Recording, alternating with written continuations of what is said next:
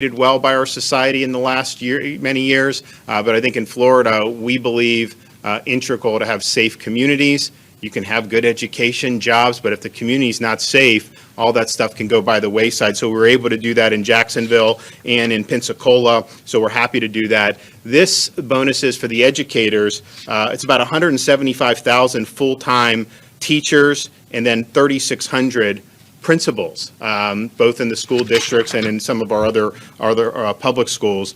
So we think we'll obviously hand out some today. A lot of these checks should be hitting now. I think some people have already received them, and I think people will receive them this week and into next week. And this builds off some of the work we've been able to do in 2020. We had an initiative to improve teacher pay. We did $500 million to increase salaries for new and veteran teachers. In the most recent budget, we were able to continue that and add another $50 million on top of it. One of the things we targeted was trying to have a higher average minimum salary throughout the state of Florida. We went from $40,000 to now $46,000. You know, as you look going forward, recruiting people to come in. People have a lot of options nowadays, particularly people that do well for themselves academically. You know, we understand it's not like something you're going to necessarily get rich off of, just like with law enforcement, but it does help to be able to provide some better incentives. So we're able to do that, and we think that that's something that is really important. We're going to continue supporting that. We also know in Pinellas County, under Mike's leadership, you got a lot of great people. I went to school in Pinellas County, so I know firsthand, and proud of that. Earlier this year, I announced that Sarah Ann Painter in Pinellas County was Florida's Teacher of the Year for 2022, and so that's really good. And I have with me today teachers Brittany Duquesne, who's a kindergartner teacher, and last year her entire class consisted of students who were not considered 2021.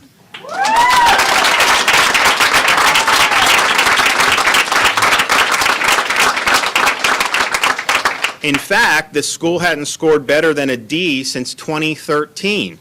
And so this type of turnaround is very rare, but it's a testament to the hard work of everybody involved, the teachers, the administrators, the parents, and students at Lakewood Elementary. And so we oftentimes hear, I mean, sometimes it's like, you know, people think that, oh, you know, it's hard, you can't improve outcomes or all this other stuff. Well, Lakewood Elementary is a success story. It's an example of a tremendous turnaround. And you know what? That turnaround, what that's going to mean for these kids throughout their life, it's going to take us years and even decades probably to measure it. But if you look at all how people perform in elementary school, when they fall behind by, say, third grade, the chance of them having an academic resurgence and becoming very proficient, it just declines considerably. So what you've done is you've taken F performance, made it an A performance, and you've given all these students a foundation that they're then going to be able to build upon as they continue with their schooling. And I have no doubt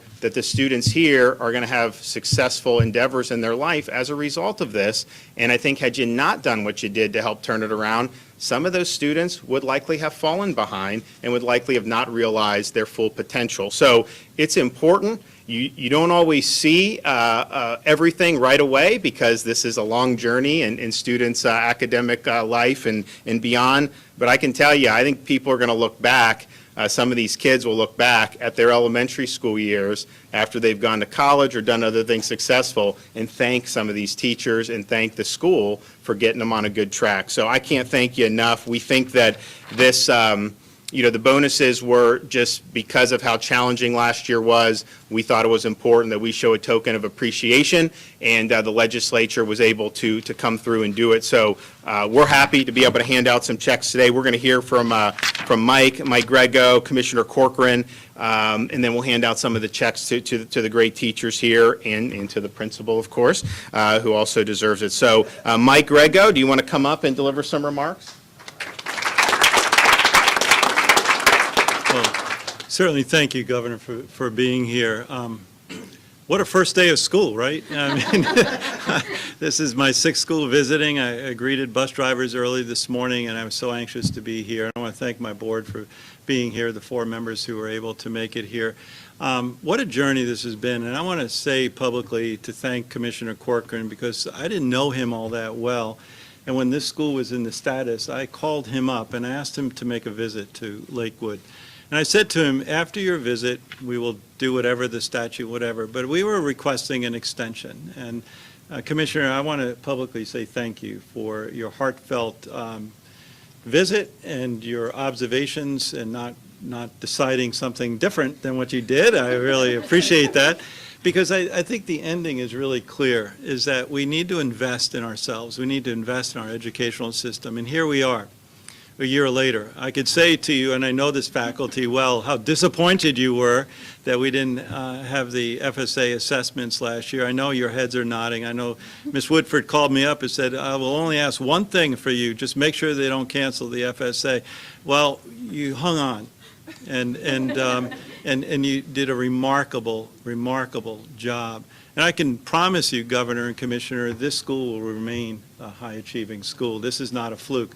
If you take a look at our performance, it is all about the performance of these students that change their lives, and the parents, and just the smiles of coming into the school knowing that they're an A school. Their hearts are filled with joy.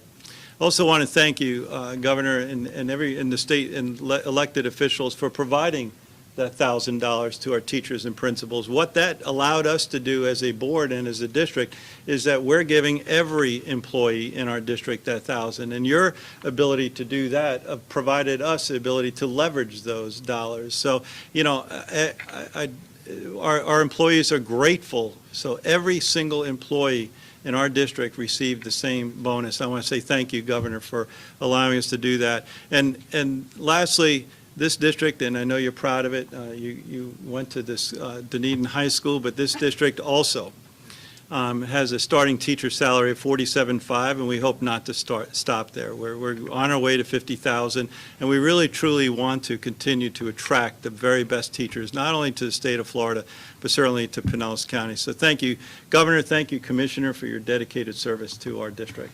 Thanks. Thank you. It's great to be here. And this is actually, we were here in January, February with Superintendent when the governor announced before session with our great legislators that he wanted to do a $1,000 bonus for all first responders and teachers. And we had that announcement here in Pinellas. And as with all promises that this governor makes, he keeps them. And that's in a modern day political era, it's kind of a shocking thing to have that kind of honor and commitment. So thank you, Governor, for that. I do want to say, since it is the first day of school, and you go back to last year and where we were, and I remember like in the summer and you turn on the news and it would be like still lockdowns, shutdowns all over the country, and I remember it was like Groundhog Day. You'd wake up and every day it's like, what is happening to our country? And it just wasn't the case in Florida. And I remember when we opened up schools and we had the great support of the superintendents, and the governor announced that we're going to open up schools and we're going to have face-to-face instruction, and the outcry that came with it. And I remember thinking, and part of my mind is like, well, you know, let's see how it goes. And on day one, 99, 98, 97, 95% of our teachers across the state, despite what the rhetoric was, despite the noise, they came because they wanted to be with their students and they wanted to impart that great education. And the governor said it before. You look at Florida, and during that time, when schools opened, and the reason our schools opened is because our teachers came and they did a phenomenal work with our students. But when that happened, guess what could happen? Even our first responders could go back to work. We could all go back to work because our kids were in school and they were in that great environment.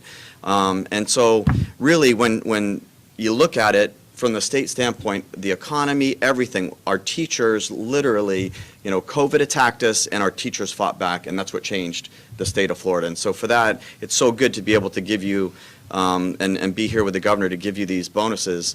But it's also, as Mike said, it's special to be here at Lakewood Elementary, because what the governor had said earlier is it's the children that are at risk. It's the low-income kids that are most vulnerable to getting left behind and never be able to be caught up. But to be here at Lakewood, that during COVID, this horrible educational year, when everything's going to, you know, heck in a handbasket, and here at Lakewood, we have a school that went from, Now, the dirty secret is you weren't an F. You were probably already an A from the previous year, but we didn't test you. But you went from an F 2 years ago to an A when you finally got tested. Yeah, and so, but it's such a testimony to the great work that you guys do, and so look at these kids and what they're going to have, because during COVID, well, yeah, literally state after state after state still closed, all the way till now, and they'll probably stay closed because, the continued outcry, but not here, and especially at Lakewood Elementary. So thank you for your great work, and thank you for, to the legislature and to the governor and all of us for recognizing your heroism, so thank you.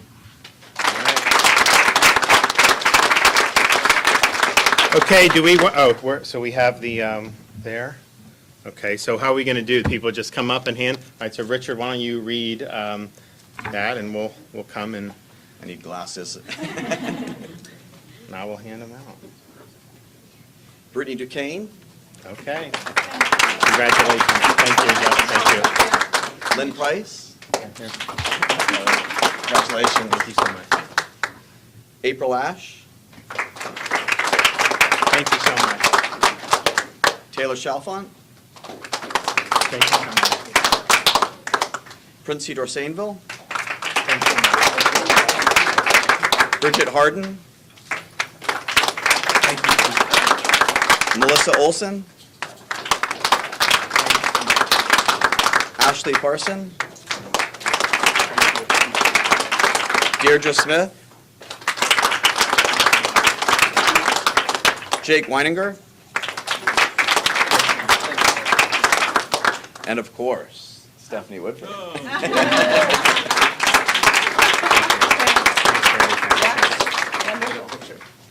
Can we go, get over. You guys get in here too. All right, we got it?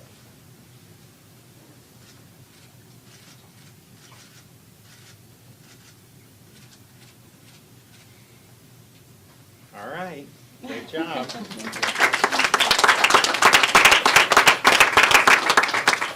Well, thanks again. Great success story, and we're happy to be able to, one, provide a token of appreciation for the principals and the teachers, but particularly here in Lakewood to highlight a great success story, and the effort has paid off, and it's integral for a lot of these kids' future. So thank you very much. Have time to take a couple questions before I get out of Dodge. Governor, the White House now says that it will look to pay any of the superintendents or local school board members who defy your ban on mask mandates. Do you have a response? So our view is, of course, that we believe this is a decision for the parent to make, just given the uncertainty about what it means, particularly for a lot of the young kids to be in that. And I think that's where the vast majority of the districts, I know we have, I think, two who are not providing the parents with the rights, but obviously we believe that the parent, rather than the government, should ultimately be able to make that decision. I'm not sure that they have the wherewithal. They're also talking about imposing a potential nationwide mask mandate on kindergartners, first graders, who knows, regardless of what the parents believe is in the best interest of their kids. And obviously, if you're talking about the federal government coming in and overruling parents in our communities, that would be something that we would fight back vociferously against. Yes, ma'am. Governor, father in Pasco County tells us his daughter was diagnosed with COVID last night after spending all day Monday in school with other kids. Those kids are now back in school. This little girl is not. But the school says they cannot notify parents until they get notification from the Department of Health or a doctor's note. This circumstance will likely happen again at some point this school year. Just wondering how parents are supposed to make informed decisions about the safety of their children. Well, I think we've had a year of this where obviously if people are sick, the school districts are doing the right thing and sending them home. And of course, if somebody tests positive today, they obviously got infected before school started. So I don't think you could attribute that to being in school. And I think what we found, fortunately, is there's actually was higher infection rates when you're just in the community versus when you're in the classroom, particularly for the younger kids. These kindergartners and first graders, they're not people that are really transmitting this in significant levels. So that's something that's very important in terms of looking at how that's being done. And then, of course, one good thing this year, last year, we didn't have any vaccines available. We didn't have any real effective therapeutics until the winter, we now have Regeneron, which we're going to talk more about because I think that's been very successful, but I think it's underutilized. And so we feel like we're in much better posture. And so I think what they do is just do what they've been doing. And if there's somebody that's sick, stay home. I don't think, though, we want them sending home students who maybe just had a glancing contact in the hallway with somebody, which is what, when the schools first started last year, there were some school districts in Georgia, if someone had tested positive, they would find anyone that was ever in the same vicinity, the same room almost, would get sent home. We don't think that that's the way to go, but we trust the school districts to basically follow similar to what they've been doing. Governor, we know that pediatric cases are on the rise. Will the state be keeping track of the COVID cases in school and then producing that data on a regular basis? I'll have to ask the Department of Health in terms of, are they going to do school-based? I know they did last year for most of it. One thing I think is important to point out about the pediatrics, because, look, we saw this last year when school was coming in. There was a lot of things put out, and I think sometimes there's agendas at play or whatnot. So what we have in Florida is we have about 1.3% of the COVID-positive patients that are hospitalized are pediatric cases. And for the whole pandemic, we've been between 1.1 and 1.4% of the census on any given time has been pediatrics. So there's been no change in the proportion of pediatric patients who are COVID positive. Now, obviously, we have more people that are COVID positive in hospitals than we did 6 weeks ago. And so the raw numbers are increased for everybody, but there's not been an increase in the proportion. And I think that's important to point out because some people, you hear a lot of stuff, does Delta behave differently vis-a-vis kids than the kind of the previous iterations, which fortunately have a very minor impact, particularly on young kids. And the answer is, in terms of the hospitalization percentage, we've not seen any change in that in Florida. Clearly, we're at the top of a wave here, so you're going to see more cases and infections diagnosed. It's also important to point out that of the COVID-positive patients in hospitals, about 25% on average are not being treated for COVID. In other words, everyone gets tested who goes in, and if you're positive and you have a different procedure, you still classified as COVID positive patient because they want to isolate and make sure you're not spreading it. For pediatrics, depending on the hospital, it's typically between 20 and 40% of the pediatric COVID positive inpatients are incidentally COVID positive. In other words, they're there for a different reason. They get tested when they come in, and then they happen to test positive for that, but they're not being treated for COVID. Also, I would point out, there has been an increase in pediatric respiratory virus admissions over the last really many months, and a lot of that is attributed to the resurgence in RSV. And so that's something just, as a parent, I have young kids. COVID I view as a very minor risk. RSV is a little more serious, and it just shows kind of certain things that are focused on versus not. I've had doctors tell me that parents have come in with kids who were sick. They've gotten a negative COVID test and a positive RSV, and the parents were relieved at that. And that's the opposite, because RSV is something that we think RSV has peaked in Florida. If you look at it is trending down, but RSV was very modest when last year with COVID, and whether that's viral interference or whatever you want to attribute to, but it's been much higher levels throughout the whole country there. And so when you see pediatric admissions, some of them may be COVID positive or suspected COVID, and it may ultimately turn out that RSV is what they end up or being treated for. And again, we think that's peaked and is going down in Florida, but that is something that I would say, just as a parent of young kids, that's a much more significant risk, than COVID has proven to be. Okay, well, thanks everybody. We appreciate it. We'll see you guys soon.